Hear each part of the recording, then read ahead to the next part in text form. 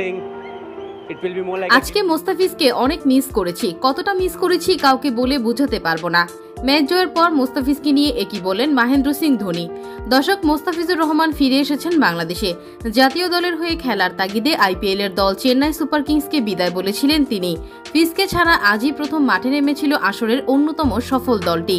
আর এদিন টসে হেরে ব্যাটিংয়ে নেমেছিল চেন্নাই সুপার কিংস। আর ব্যাট করতে নেমে নির্ধারিত 20 ওভার শেষে 9 উইকেট হারিয়ে 168 রানের টার্গেট দিয়েছিল পাঞ্জাব কিংসকে। এরপর এই লক্ষ্য নিয়ে বল করতে নেমে রীতিমতো পাঞ্জাব কিংস ব্যাটসম্যানদের বোকা বানিয়ে একের পর এক উইকেট তুলে নেন চেন্নাইয়ের বোলাররা এবং শেষ পর্যন্ত অসাধারণ জয় নিয়ে মাঠ ছাড়েন চেন্নাই সুপার কিংস। এদিকে ম্যাচ জয়ের পর মহেন্দ্র সিং ধোনি বললেন, আজকের ম্যাচে মোস্তাফিজকে অনেক মিস করেছি, কতটা মিস করেছি কাউকে বলে বোঝাতে পারবো না। মোস্তাফিজ আমাদের দলের সেরা বলার ছিল, তাই তাকে অনেক মিস করছি আর মোস্তাফিজের জন্য শুভকামনা।